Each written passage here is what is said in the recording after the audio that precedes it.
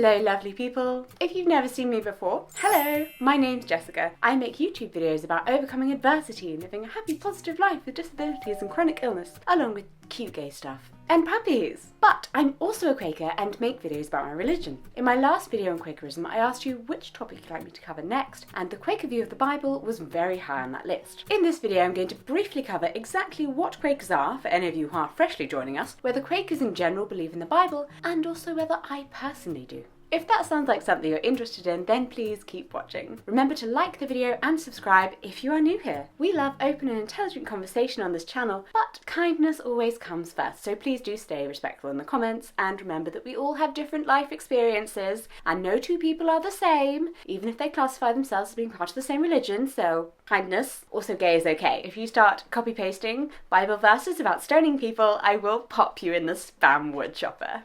Yes, I see your fingers poised to type. So, what are Quakers? If you'd like a more in-depth look, I suggest you look into the first video I made on Quakerism, which you can find linked in the description and also in a card above. This is just kind of a brief summary.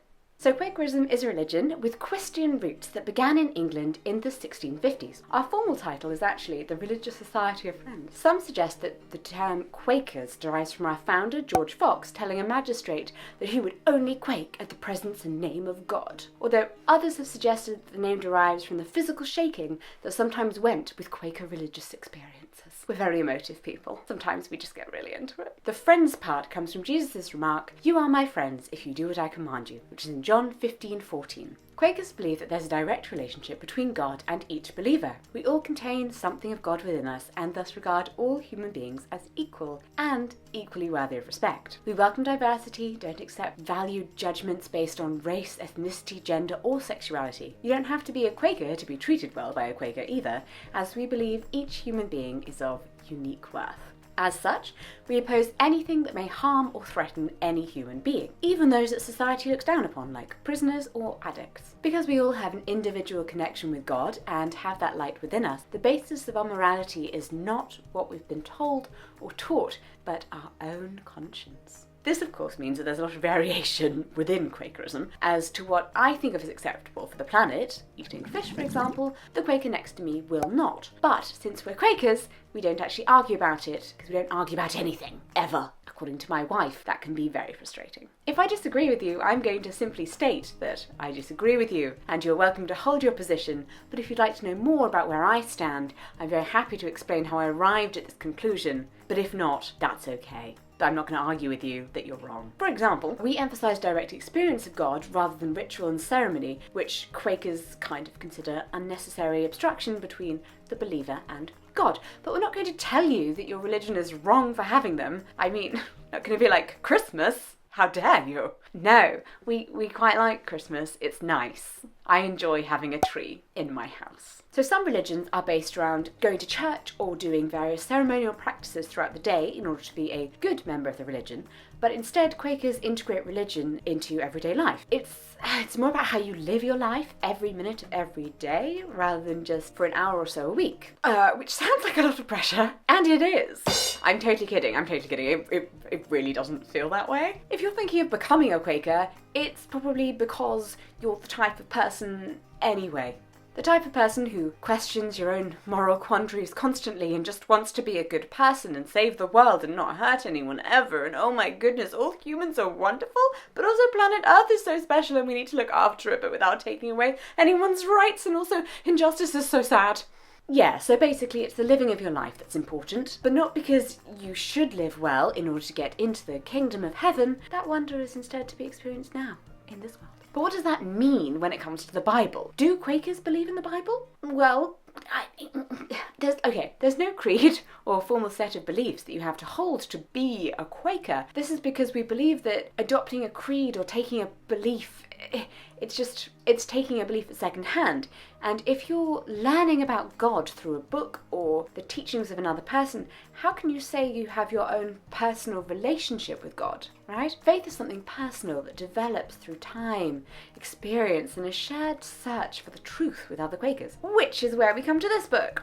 Quaker Faith and Practice, although each different yearly meeting, basically a group of Quakers, calls it something different, which can be very confusing. It would be wrong to say it's the Quaker Bible, but that is probably the best way to explain what it is, except that's what it isn't. It's a collection of writings that explain a Quaker viewpoint on a range of topics. However, since faith is something that's constantly developing and not frozen in a particular time period in history, it isn't really something that can be captured and written down as a fixed code of belief, and as such, the book is constantly being rewritten. The contents of the book is agreed upon by seeking unity among members at a gathering that happens yearly. Funny enough, it's called yearly meeting. Rather than voting, which is more to do with the will of people as individuals, the meeting attempts to gain a sense of God's will for the community by listening to their inner voice, which may be in conflict with what you want, but them's the breaks. We then listen to what other people feel led to say and try to honestly discern whether what we believe we have heard from our inner light is the truth,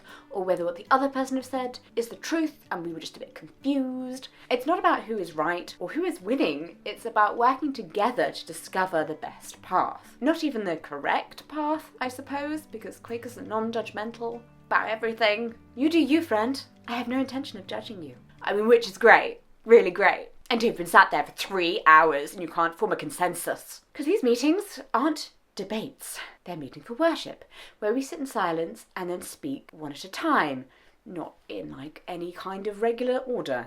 And it can be incredibly tedious.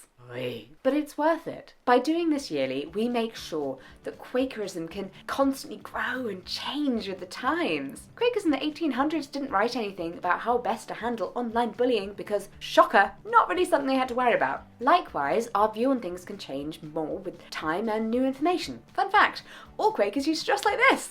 These are plain clothes, the type worn by Amish people. The colour choices were white, black and grey, and ornamentation of any kind was frowned upon. Clearly that's changed.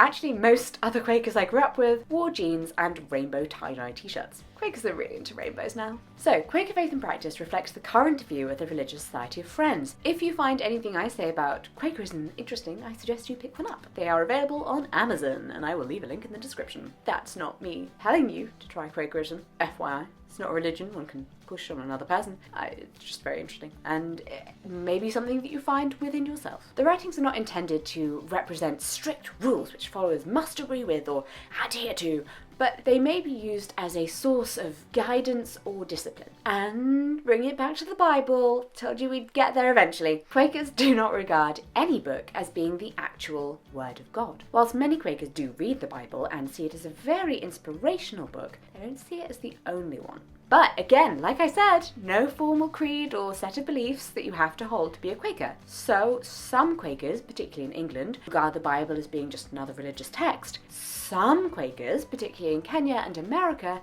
see the Bible as integral. And while outsiders usually regard Quakerism as a Christian denomination, not all Quakers see themselves as Christians. Some regard themselves as members of a universal religion that, for historical reasons, has many Christian elements, but generally Quakers acknowledge that words are not up to the job of precisely defining belief for a whole group of people. It's down to individuals to take personal responsibility for their understanding of faith, rather than just buying into a package deal. We all have a responsibility to develop ourselves spiritually, and if you follow a Quaker path, that is done by melding together religious life and secular life. Political and social work to improve this world is vitally important, rather than just thinking about accruing enough points to get into a better place. Every action should be informed by your spirituality and lived in the spirit. Equally, the mundane can inspire the spirit. But also some Quakers feel that any kind of written list of beliefs is inappropriate because people should follow their inner light rather than external rules. So really, can we even say what Quakers is written down? Helpful. Can be confusing, yes. For those Quakers who believe in God as a separate entity, rather than just the light within us all, they see a God who grows and changes with his creation, and believe that God continues to tell human beings what they should do. And thus, the Bible may have been the Word of God at one point, but it's now outdated. Yes, many of those things within it still apply, and the moral lessons have a point at their core, but we shouldn't stone people. God doesn't like that anymore, okay, guys? And we shouldn't also kill unbelievers. That's not great either. Tolerance is part of the Quaker approach to life. So Quakers are willing to learn from all other faiths and church, as well as people with real lived experience of the issues we're discussing. Considering a gay issue? Ask some gay people. Considering a disability issue? Ask some disabled people. Considering a trans issue? Ask some trans people. I mean, let's be honest, if wokeness was a religion. Much like the early days of the religion, some Quakers are still suspicious of theology and believe that experience is a better teacher. Their reasons for disliking theology include theological ideas come from the teachings of churches that had distorted the original Christian teachings. Theology uses such difficult language that it hides God's truth from ordinary people. Theology distracts people from looking for their own inner light and from responding to it. Theological teachings are used to control people, and it would just be better to spend time believing and living a good life. I personally try every single day to live my life in the best way possible, and being what I feel in my heart is a good person. There's both light and shade within each person, and our choice between them is important. I think to say that it's the devil bringing darkness from the outside is both a get-out clause and at the same time shifts blame. It invalidates the real work that people